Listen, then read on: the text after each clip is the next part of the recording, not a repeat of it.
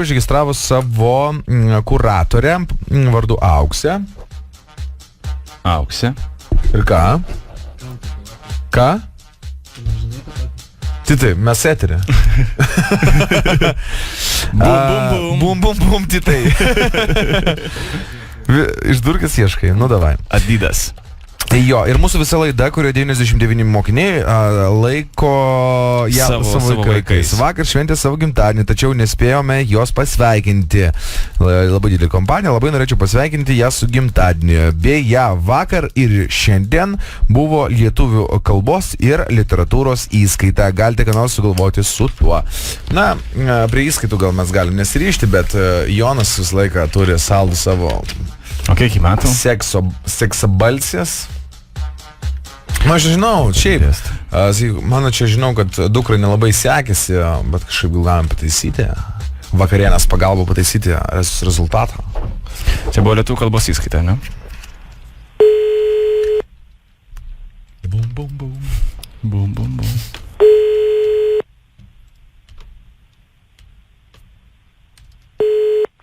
Klausau. Labas vakaras. Labas vakaras. Ar su Auksė kalbu? Taip. Labai malonu, Auksė. Jums skambina Mantas. Malonu, Mantai. Kaip čia dabar pradėti kalbėti, iš tikrųjų. Aš turiu labai gražią dukterį, kurie yra jūsų auklėtinė. Dar maloniau. Bet dar neteko man su jumis susipažinti, Auksė.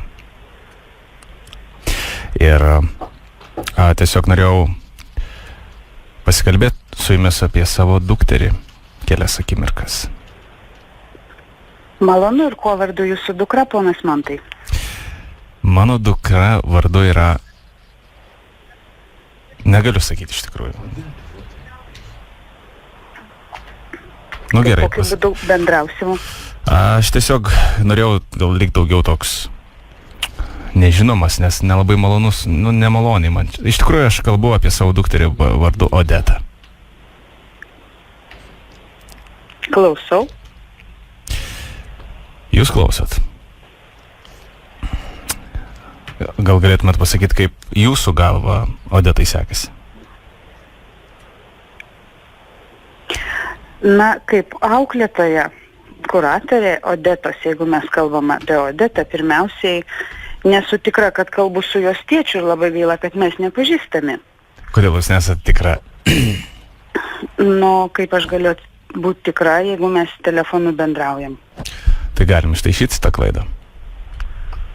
Aš tiesiog, galvoju, pirmasis toks žingsnis būtų faina, jeigu mes telefonu išgirstumėm vienas kito balsą, o po to galėtumėm susitikti. Na, jūs kalbat ne visai kaip tėtis.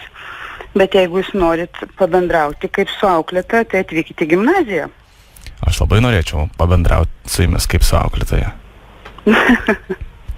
Aš tiesiog galvoju, kad būtų mandagu, jeigu pradžiai prisistatyčiau telefonu. Nu, tai jau prisistatėt. Tai prisistačiau. Ačiū jums, kad prisistatėt. Malonu, Auksė, iš tikrųjų man. Aš tikrųjų, Odeta man yra daug pasakojus apie jūs. Ir iš tų pasakojimų kartais, suprantat, susidarė tokį įspūdį, kad jūs esat labai nuostabi moteris. Ir aš galvoju, kad Odetai labai pasisekė, kad ji turi tokią kuratorę, tokią auklėtoją, kuri svarbiausiais jos gyvenimo momentais dabar yra šalia. Na, labai džiaugiuosi, kad jūs kaip tėtis tai įvertinat. Sakykit. Aš tiesiog nerimauju dėl jos lietuvių kalbos įskaitos. Man atrodo, kad ji susimovė. Jūs labai klaidingai galvojat. Nes nesusimovė nei vienas, įskaitant ir Odetą. Ačiū Dievui. Na, aš tiesiog jai nepasitikiu. Ant tiek, kad galėčiau ramia galva prieš užmiegant sakyti, Odetėlė, tu esi šauni. Aš negaliu apie tai pasakyti, nes aš matau, kad ji, jai galbūt ji yra ir geros širdies, bet jai trūksta šiek tiek proto. Nežinau, jai nieko netrūksta, bet jums trūksta, tai tikrai kažko. Ji realiai turi mamos genus, o mama, mes žinom, kad šiek tiek, mokslai jie nesisekė. Todėl aš mačiau, kai jie augo, mačiau, kad jį panašiai motina ir galvoju, kad jį turės lygiai tas pačias problemas, kad jis nesiseks tie mokslai ir šiaip, bus tokia neprotinga. O jum atsiprašau, tiesiog nekomentuosiu. Gero vakaro. Nespėjau. Tai gal perskambinam? Galim perskambinti. Tai įsijungs save. Bet, kaip sakant, pabandom, aišku. Reikia perduoti linkėjimus. Labai steniai kažkaip tu taip, neužtikrintai, kad tavo dukra Odeta. Aštriau. Žinai, kai kalbi su... Aš bandžiau paguglinti ją. Sen, kas iš to? Nu, mano žmona, ji dūra. Taip, žinai, varai. Nu, ponia Auksta. Pakelkit, mes norim ištaisyti. O, yra žiūrėjau.